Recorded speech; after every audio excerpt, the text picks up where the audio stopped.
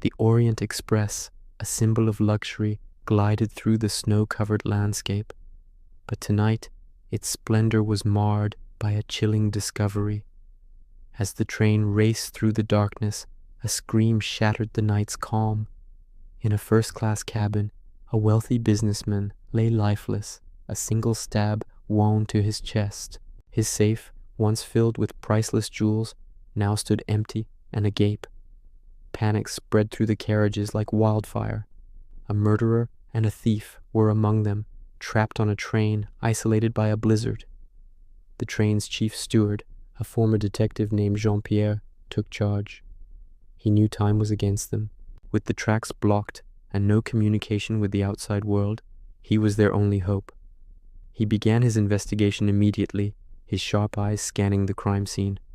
The victim, Mr. Harrington, was a notorious gem trader with a list of enemies as long as the train itself. The killer had been precise, leaving almost no trace. The only clue? A single, pristine, white feather lying near the body. What did it mean? Was it a calling card? Or just a random object? Jean-Pierre started by interviewing the passengers in the adjacent cabins. First was a flamboyant stage magician, the great Marvello, traveling with his assistant, a quiet young woman named Lily. Marvello, with his dramatic flair, claimed he heard nothing, theatrically gesturing that he was deep in thought, practicing his next grand illusion. Lily, however, seemed nervous, her eyes darting around, avoiding Jean-Pierre's gaze. She clutched a small birdcage covered with a velvet cloth, a prop for their act, she explained, a small white dove. Jean-Pierre made a mental note. Next was a stern-faced countess dripping in diamonds who complained loudly about the commotion. She insisted she was asleep, but the faint scent of cigar smoke lingered in her cabin, a brand Harrington was known to favor. When questioned, she denied ever speaking to the man. Then there was a young, ambitious journalist, always looking for a scoop. He seemed more excited than scared, his notepad already filled with frantic scribbles. He claimed to have seen a shadowy figure lurking in the corridor just before the scream, but the description was vague.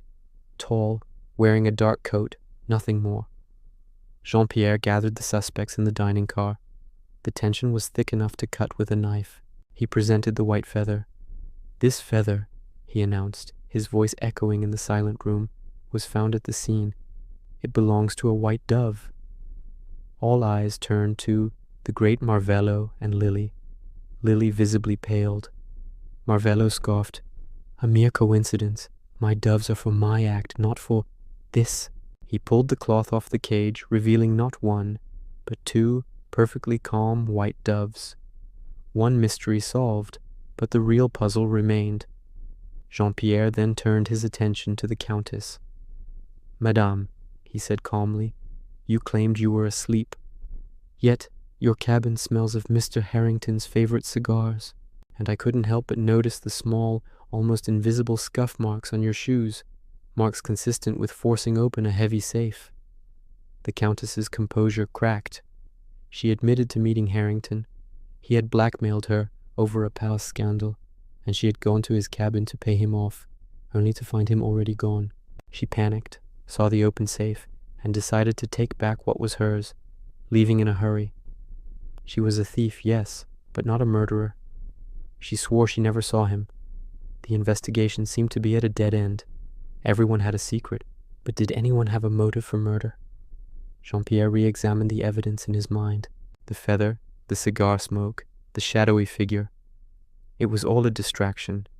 The truth, he realized, was hidden in plain sight. He walked over to the journalist, who was eagerly writing down every word. "You're enjoying this, aren't you?" Jean-Pierre asked. "A career-making story falling right into your lap." The journalist smirked. "Our reporter's duty is to report the facts." Jean-Pierre's eyes narrowed. "And sometimes, to create them? You said you saw a shadowy figure, but the corridor lights were fully on. It would be impossible not to see a person's face clearly, unless the person you saw was your own reflection in the window as you rushed away from the scene." The journalist's face went white. "That's absurd," He stammered. Is it? Jean-Pierre continued, his voice low and steady. You knew Harrington was carrying priceless jewels. You knew he had enemies, providing you with a perfect list of scapegoats. You planned to steal the jewels and write the story of a lifetime. But Harrington caught you. A struggle ensued. Jean-Pierre pointed to a faint scratch on the journalist's hand. From Harrington's ring, I presume. You panicked and grabbed the nearest weapon, a letter opener from his desk. He then looked at Lily. And you, poor Lily, you saw him. You were walking your dove down the corridor to calm its nerves when you saw the journalist leaving Harrington's cabin just moments before the alarm was raised. He threatened you, didn't he? He threatened to harm your doves if you spoke a word.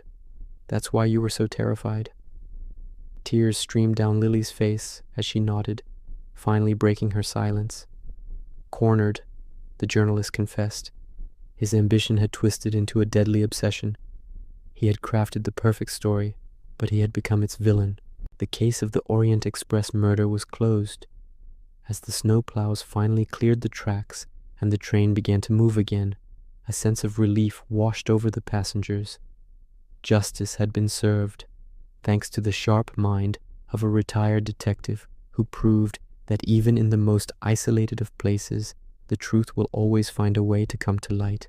The mystery was solved, but the journey on the Orient Express would be one that none of them would ever forget. Thanks for watching. If you enjoyed this story, don't forget to like and subscribe for more mysteries. See you next time.